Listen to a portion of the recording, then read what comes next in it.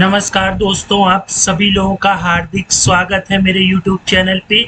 दोस्तों, आज के ट्यूटोरियल में हम लोग इन्वेंट्री एलोकेशन के टैली एक्सएमएल स्ट्रक्चर को अंडरस्टैंड करेंगे। ठीक है, इन्वेंट्री एलोकेशन क्या होता है दोस्तों? आप सभी लोग जानते हैं कि टैली प्रोग्राम ने हमको एक सुविधा दी है कि जब हम परचेज वाउचर को फीड करें तो उसमें आइटम की एंट्री को भी फीड कर सकते हैं। ठीक है, तो इस आइटम में हम लोग नेम ऑफ आइटम, आइटम की क्या क्वांटिटी है, क्या रेट है पर क्वांटिटी और क्या उसका अमाउंट है, ये सारी चीजें भी हम लोग फीड कर सकते हैं। तो इस स्क्रीन को हम लोग इन्वेंट्री एलोकेशन कहते हैं। आज हम लोग इसके टैली एक्सएमएल स्ट्रक्चर को अंडरस्टैंड करेंगे और नेक्स्ट वीडियो में इसको इंपोर्ट करेंगे with the help of Excel.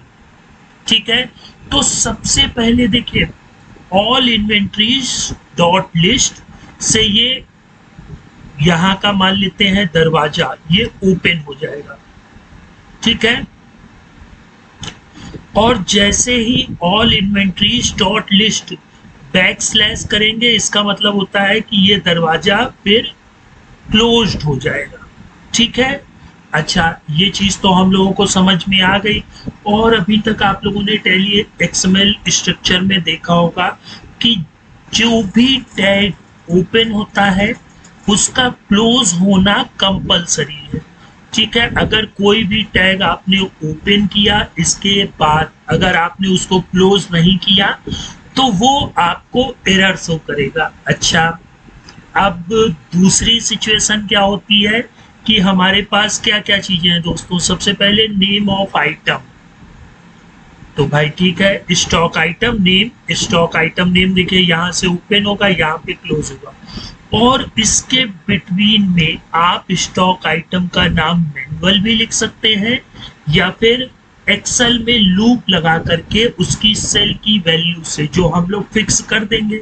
भाई हमारे पास जो एक्सेल सीट होगी उसमें स्टॉक आइटम किसी ना किसी कॉलम पर तो लिखा होगा, मान लेते हैं यहाँ पे लिखा होगा, तो हम इस स्टॉक आइटम से हर बार स्टॉक आइटम के नेम को उठा करके यहाँ पे फिल कर लेंगे। ये कैसे फिल करते हैं दोस्तों, ये मैंने अपने प्रीवियस ट्यूटोरियल में बता रखा है। अच्छा, अब स्टॉक आइटम नेम के बाद क्या आता है हमारे पास? क्वांटिटी। तो क्वांटिटी को देखिए हम लोग इंपोर्ट करेंगे, लेकिन एक चीज और देख लेते हैं दोस्तों, इज डीमेट पॉजिटिव? यस। ठीक है, परचेज के केस में, ठीक है, परचेज के केस में जो हमारी इन्वेंट्री की जो भी चीजें होती हैं वो डेबिट होती हैं। परचेज में इन्वेंट्री भी डेबिट होती है और उसके टैक्सेस भी डेबिट होते हैं। तो हम लोग यहाँ पे इन्वेंट्री को डेबिट कर देंगे, फिर क्वांटिटी, रेट और अमाउंट ले लेते हैं। अच्छा, फिर रेट जो होगा दोस्तों, रेट का भी कहीं ना कहीं कॉलम फिक्स होगा, तो यहाँ से हम लोग रेट उठा करके यहाँ पर फिलअप कर देंगे।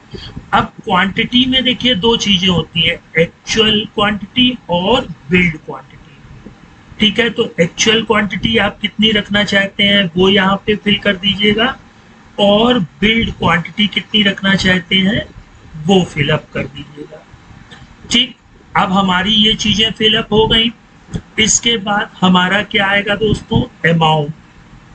ठीक है, तो अमाउंट में क्या होगा कि क्वांटिटी मान लेते हैं 12 और रेट मान लेते हैं 4, तो 12 4 48, 12 चौक 48 रुपए अमाउंट आ जाएगा।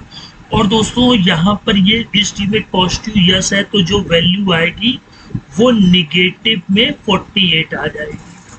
ठीक है, तो इसको हम लोग एक्सेल सीट में भी ना रख करके यहाँ पे इन दोनों का, रेट का और क्वांटिटी का आपस में मल्टीप्लाई करके भी हम लोग अमाउंट को निकाल सकते हैं। अच्छा, अब ये तो बात हो गई हमारी इन्वेंट्री एलोकेशन की, लेकिन दोस्तों इसी के साथ साथ जो परचेज के लेजर की भी एंट्री होगी उसमें हम लोग क्या करेंगे, इसी के नीचे, ठीक है, यहाँ दोस्तों जगह कम थी तो मैंने कोड जो है आपको यहाँ बगल में शो करके दिखा रहा हूँ। ये डिक्टो पूरा, ये चीज यहीं पर ही आएगी, ठीक है। अच्छा, अब इन्वेंट्री में ही अकाउंटिंग एलोकेशन आ जाता है, जो कि परचेज के केस में परचेज के लिए और सेल के केस में सेल्स के लिए। सेल्स में क्या होगा दोस्तों, यहाँ पे एस्टीमेट पॉजिटिव नो हो जाएगा और जो अमाउंट है वो पॉजिटिव आएगा।